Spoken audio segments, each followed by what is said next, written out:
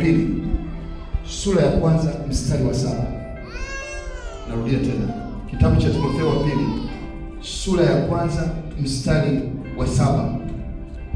Anasema Mungu akutupa roho ya woga, bali roho ya ujasiri, roho ya nguvu, roho ya nidhamu. Vitu vitatu. Ukisoma kwa makini unagundua kwamba Mungu hajatupa woga. Woga ni dhambi, na ukishakuwa mwoga ndio unaweza kufanya mambo ya ajabu. Timotheo wa pili 1:7 anasema kwa maana Mungu akutupa roho ya woga, bali ametupa vitu vitatu. Jasiri. Lazima uwe na ujasiri unapokuwa unaelekea kule. Ngoja nikwambie, ni bora ukawa unatembea na malapulapu, lakini unajua unakwenda ni kule, kuliko ukajitia unataka kuonyesha dunia mambo mazuri lakini mtu wa hovyo. Anasema kwa maana Mungu akutupa roho ya woga. Aina yoyote ya woga maishani mwako ni dhambi. Anasema bali roho Mtakatifu akiingia ndani mwako unakuwa na nguvu. Cha pili, unakuwa na upendo. Anasema moyo wa kiasi. Moyo wa kiasi ndio nidhamu, self discipline. Katika mambo yafuatayo, ukiona mtu ana self discipline kwenye chakula, ngoja nikwambie, unakuta pasta hivi nimeshiba mpaka jasho linatoka, nashinda kujizuia kwenye chakula. Self discipline. Lazima uwe na kiasi. Lakini sio huko tu, kuna self discipline katika kujituma. Biblia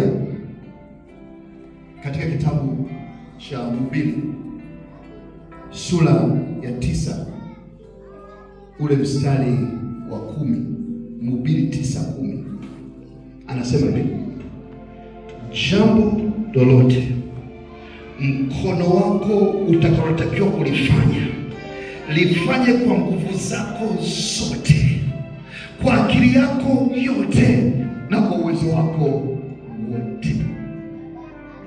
Katika maisha haya, tofauti kati ya tajiri na maskini ni uzembe, sio kiroho. Ndio maana mtu anaweza kuwa ameokoka lakini mzembe, hana nidhamu. Nidhamu ni kuamua kuwa na discipline, kufanya jambo lolote kwa umakini na kwa uhakika, lakini pia kutolala. Anasema hivi: lolote mkono wako utakalopaswa kulifanya, ulifanye kwa nguvu zako, kwa maana hakuna kazi wala shauri wala maarifa wala hekima huko kuzimu endako. Kwa chochote, iwe ni mpira, cheza kwa hekima, kwa maarifa na ufahamu wote. Yaani tumia nguvu zako zote. Kama ni kwenda kushika zege, kamebe zege kwa akili na maarifa yako yote. Jifunze kutopoteza muda. Nidhamu. Maandiko yanasema wazi kwamba lazima uwe na nidhamu katika mambo fulani uweze kupona. Kitabu cha Waefeso sura ya Wakolosai sura ya 4 mstari wa 5 inaelekeza kuhusu umuhimu wa kutopoteza muda. Zamani sana unashangaa unaambiwa ndani kuna mgeni, unatoka nje, mgeni amekuja. Karibu sana bwana. Ndio. Nilikuja tupige story tu. Fanya nini?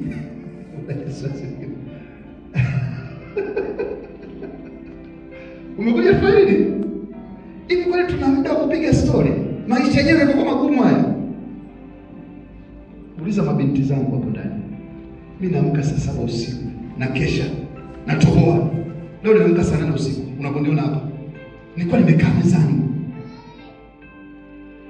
Natamani ujifunze kuwa na hiyo roho. Ambapo anasema kwamba enendeni kwa hekima kwa wale nje, mkiukomboa wakati unapaswa kukombolewa. Usipoteze muda mpendwa katika Bwana.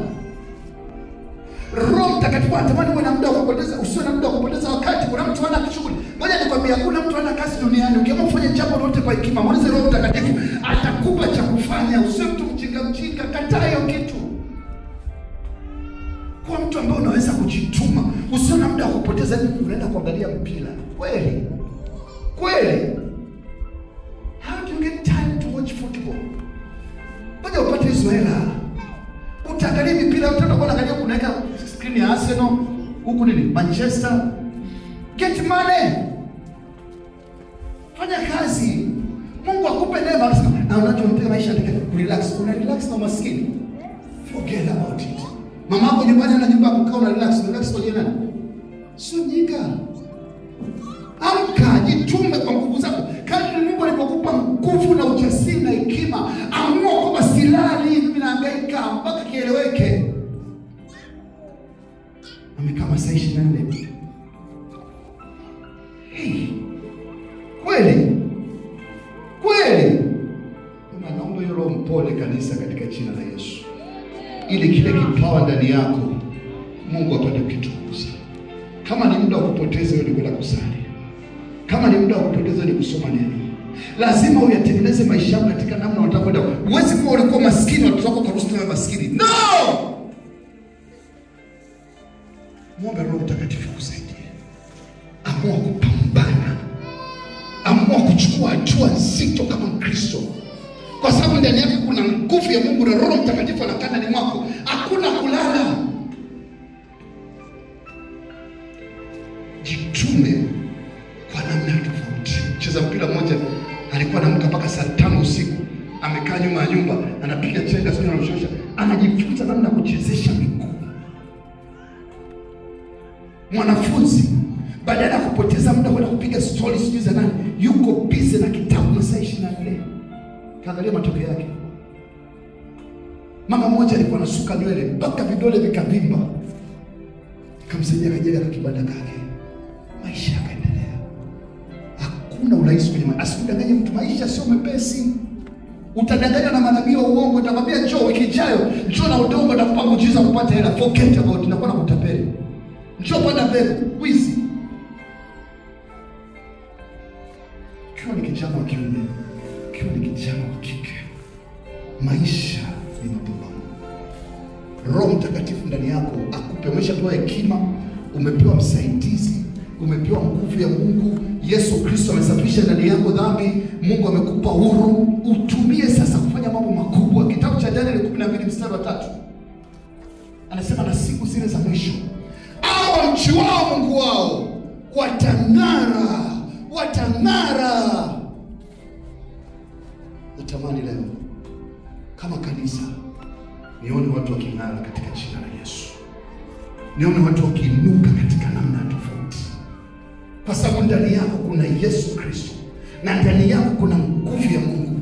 Na ndani yako kuna baraka. Anasema lakini endenda. 12:3, sio 13.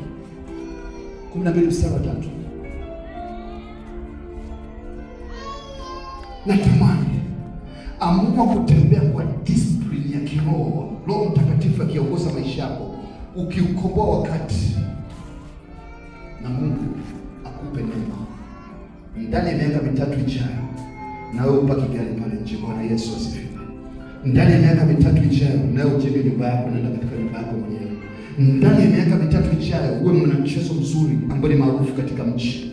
Ndani ya miaka 3 ijayo uweze kufaulu mitihani ya form 4 na form 6 na kuingia chuo kikuu. Ndani ya miaka 3 ijayo tuone baraka za Mungu zikiwa zimezingira maisha yako kwa ni Mkristo ambao unaweza kuomba na kutafuta nguvu ya Mungu. Natamani hiyo hamu iingie ndani mwako. Natamani hiyo hamu iingie katika maisha yako.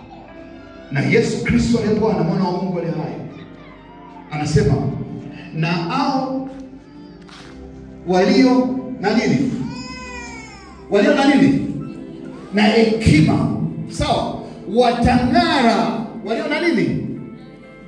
Roho Mtakatifu ni roho hekima. Hekima ni uamuzi wa busara katika maisha yako. Anasema watang'ara kama mwangaza wa jua.